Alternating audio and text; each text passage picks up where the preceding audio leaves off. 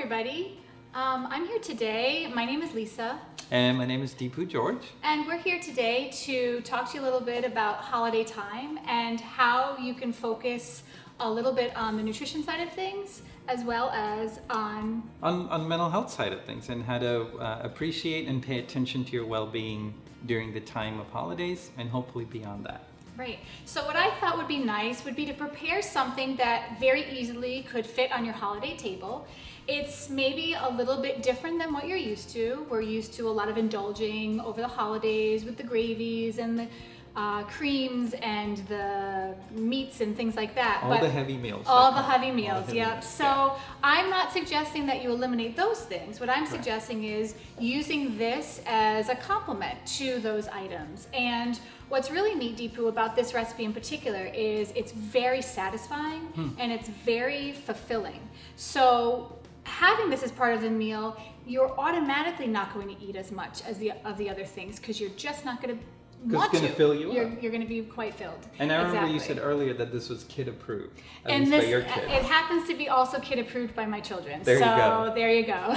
So that's a win right there. All right. So the way we're going to start off is I did pre-cook some quinoa, and that's because this is something you can do the day before. I know a lot of people in holiday cooking are looking for things that they can get done prior to the day of because it can be stressful. That's right. And so what I thought to reduce the stress for this recipe in particular is I pre-cooked the quinoa. Yeah. And basically it's quinoa and vegetable broth and a little bit of garlic, and what that allows for is a baseline flavor to our salad. Right. So rinse it first. It doesn't have to be for very long. Just get a colander that has small enough holes and rinse the quinoa before preparing it.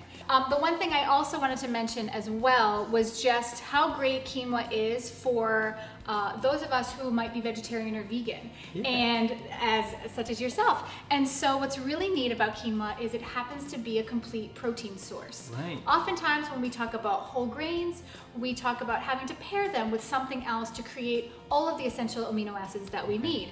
However, in the case of quinoa, we have them all there. So that's really neat that it can just stand alone.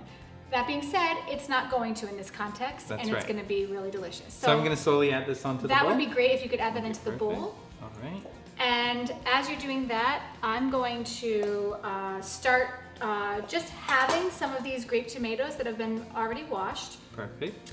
And tomatoes are a really nice way to impart a little bit of sweetness into a dish like this, but also a great way to increase the vitamin and mineral content of this dish, especially vitamin C. So it's a great way, and as well as some potassium. So actually I'm just gonna cut them on the cutting board. Yeah. And I know you were gonna work on some of this cucumber. I am. So I already cut up some cucumbers, and I had some questions about the way you asked me to help you with this. So if you notice, we still have the skin on this, right? So tell me a little bit about your rationale behind having the skin. Yeah, so I know that most people will go ahead and peel their cucumbers, but for me, I look for any way that I can increase the fiber content in a dish. And so one way you can do that when you're using cucumbers is to make sure you wash them well, but keeping the skin on. And that's really a great way to boost the fiber content of this salad or anything else that you might be using cucumber in. Perfect.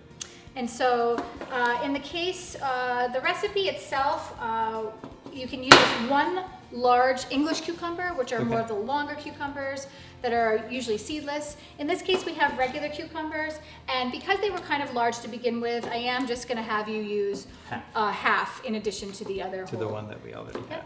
And so while I finish up these tomatoes, I was hoping you could tell me a little bit about kind of reflection over the holiday time, as well as how we can combat the stressors that might come around.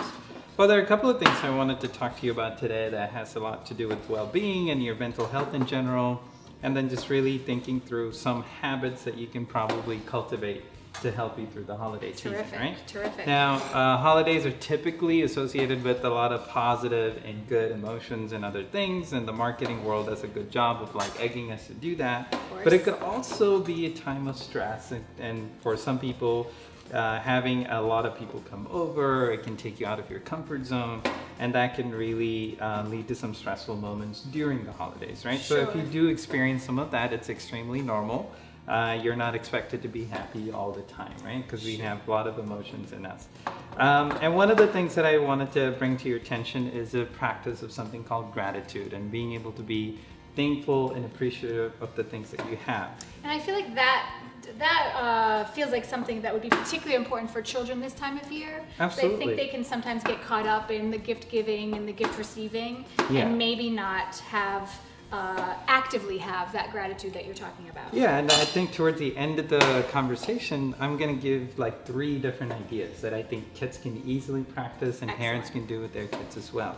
Now, if you are a person who has like diagnosed depression or anxiety in the past, this will be a good time for you to connect with your healthcare provider and just to talk to them about it, even though it may not be pretty active, because you can do some things to help you prepare for it so you're not sort of caught by the storm of things as you go through. Sure. Now back to gratitude, right? So gratitude is just a basic practice of being appreciative of the things that you have in your life. These could be tangible things like wonderful tomatoes and other things that we have around the table, or it could be intangible things, right? Like the opportunity to cook something and share this experience with you or other people around us. And gratitude is something that you would practice, and the more you do it, the more it sort of helps you be stronger and more resilient in the face of adversity and other things. You know, it doesn't have to be all about indulging or all about shopping. Yeah. It could also be about taking a walk with your friends or family. Yeah. And that way you're getting some exercise, you're appreciating nature as you mentioned, and I would argue that's important any time of year, really. It is, and it's, again, you mentioned kids as such an important part of holidays, and that would be an experience that you can introduce to them, right? Sure. So this gratitude thing, it's a behavior that can be learned, so it's not something that is only privy to like few people. These 2 psychologists, Edmund and McCullough, they did a study quickly. What they did is they asked a group of people to write down weekly things that they were grateful for and thankful for. Then they asked another group to write down things that really stressed them out. 10 weeks later, they looked at both these groups. Which group do you think did better? Oh, well, I would hope it's the group that wrote things down. That's right. Yeah, the group that looked and wrote things down about things that went well for them, they reported higher happiness, they had lower physician visits, and they were less stressed about the things that were happening on a daily basis. That's right? terrific. So those are the things that we want to really cultivate as daily habits throughout the holiday season. As you continue on, I'm sorry to interrupt. Yeah. I would really be grateful if There you you go. could add the tomatoes into the quinoa salad. I could do that. And I'd already mentioned the nutritional benefits of tomatoes. Yeah. We're also going to add in 1 can of black beans that have been drained and rinsed. Yeah. Black beans, I feel like, don't get as much press as they should, as well as most other legumes. And we're going to give it the press it We're going to give it the press it deserves. Right. So what's really, really neat about beans, and I'm going to actually have you add them in as I'm talking about them, is that they are high in fiber, they are high in protein, both things, again, that will help keep us satiated.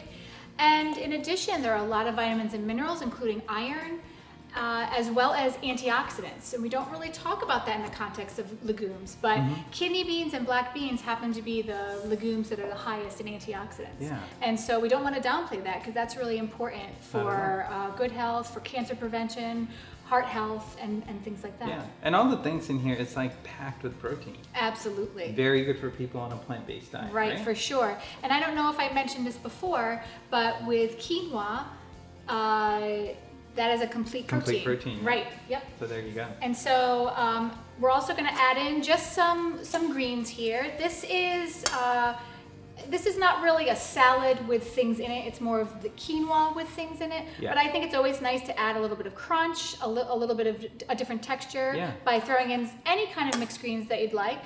And what I want to make mention of is mixed greens are high in iron, and sometimes we talk about bioavailability, making sure that we get the nutrients in our bodies that we're actually consuming. And so today, the dressing that I'm going to be making actually happens to have some lime juice in it, which is very high in vitamin C. Right. Vitamin C improves the bioavailability of iron. So the iron in the leafy greens, the iron in the beans, those are all going to be made more bioavailable with the addition of this dressing. So we're very grateful for what a lime can do to a salad. Right? Absolutely, absolutely. That's awesome. So as you continue to talk, I'm going to be over here just preparing a very simple dressing. It's going to be lime juice, olive oil, as well as some salt and pepper. And then I'll half this and sort of slice this up. Yeah, so I kind of feel like there's nothing you can't make better with avocado. So we're gonna throw that into the mix as well. This is gonna give us some real healthy fats. Yep. And it's also going to give just an additional type of texture in the salad. It's always nice to have these different textures playing off of each other. Right. Makes things more interesting. Absolutely. So the avocados are very good for brain health as well as for heart health. They are very high in monounsaturated fats. Yeah, and so this is the other thing that we all could be grateful for the holidays. So practicing gratitude and sort of building it into your daily life, it's like buying a new scanner and sort of installing it in your head, right? So it scans for things that you haven't previously looked for actively, and it really begins to change your outlook. So I thought I can suggest like 3 simple routines that people can try to incorporate into their daily life so that it becomes part of their daily habit and their daily routines, right? The 3 things that you're looking at are, I'm going to give you the ideas first. It's a gratitude jar. Second is journaling. Don't get turned off by the word journaling. I'm going to explain. And then the third is meditation, right? Okay. So gratitude jar is very simple. You basically write down 3 things that you're grateful for at the end of the day or sometime during the day. Okay. And then you put it in a little jar so you can collect it. You talked about kids earlier. Right. This is a great mindful activity for kids to practice on a daily basis. And what I hear you saying is this is a daily occurrence. Yep. And this means that not only are you going to have this jar at the end of a month or 2 months or 6 months that's filled with all these reasons to be grateful, but you're also having this daily conversation with your family or your friends, wherever you're sharing it with. And I think that's really important to take that time, even if it's just a couple minutes, to recognize everyone's reasons for feeling grateful that day. Yeah, and you never know what people are grateful for until you really talk about it. Right. And think about at the end of a month or end of every few weeks, you sit with your kids and you do this little activity of what's in your jar and what's in my jar. The second thing is journaling. Now journaling, I don't mean like sit and write for pages and pages, right? This is like a 3 to 5 minute activity where you really choose one thing that you really felt great about or you had a positive experience with. And you just write down that little event. So it may be like a few sentences or a few paragraphs even. And you do that for 3 to 5 minutes. And this is something that you would do daily as well, right? So it's almost like I'm asking you to take these gratitude vitamins every single day. And you're gonna do that throughout the holidays, and you're gonna do much beyond that. So it'll help you fortify resilience and a better stress response to all the hassles that you have to face on a daily basis. Sure. And now, I feel like I'm always bringing it back to the kids, but I think that's where a lot of habits start. Yeah. And so I was just thinking that this is a really neat thing for them to think is just part of the norm. It's just what we do as a family. Routine. As part of our routine. It's part of our healthy routine as a family. And actually, it's great practice once they start writing themselves. Yeah. This is an opportunity to practice their writing and their spelling. Language skills and other stuff. Yeah, and if they're little kids, they can tell you what they're thankful for, and you can write it down. Sure. Right? And while you go on with your third item, I'm just going to be adding the dressing into the salad. You created the dressing. I did. I created the dressing in the time he's talking about gratitude and journaling and all those wonderful things. Yeah. So what I'm going to do is or maybe I'll ask you to just kind of pour that in. Okay. It is whisked together. Again, it was olive oil, salt, pepper, and some lime juice. Very simple.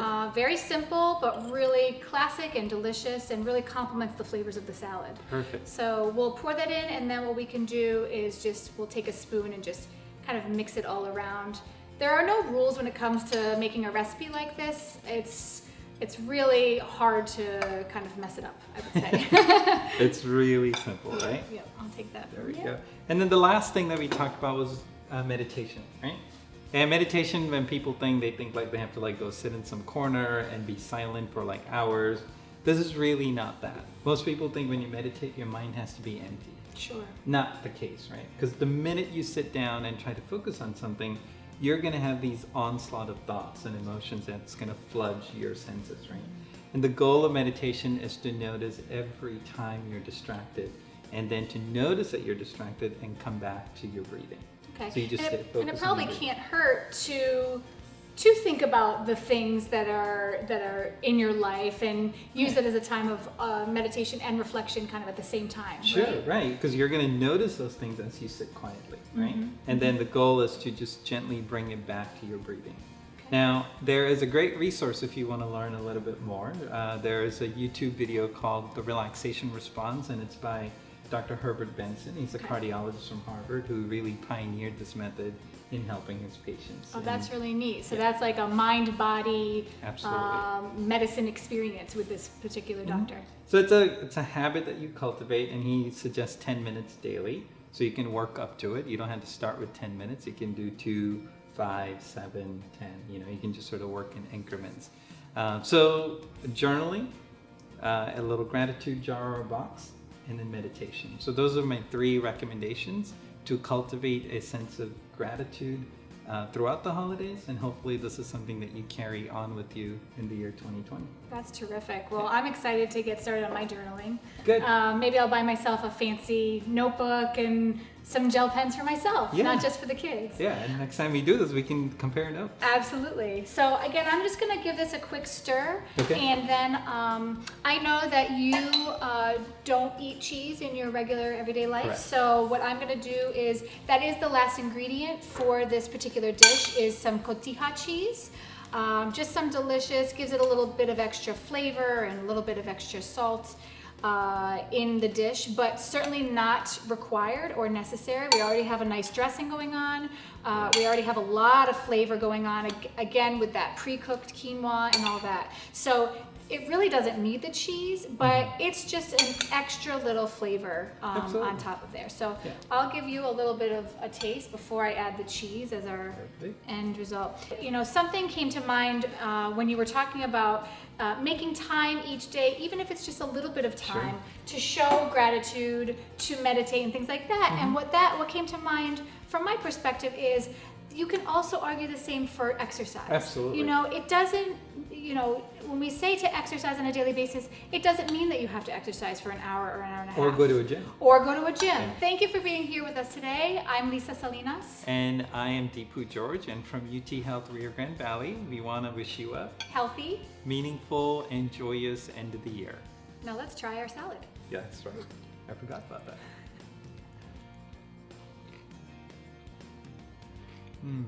It was really good. Yeah. Lots of texture and flavor.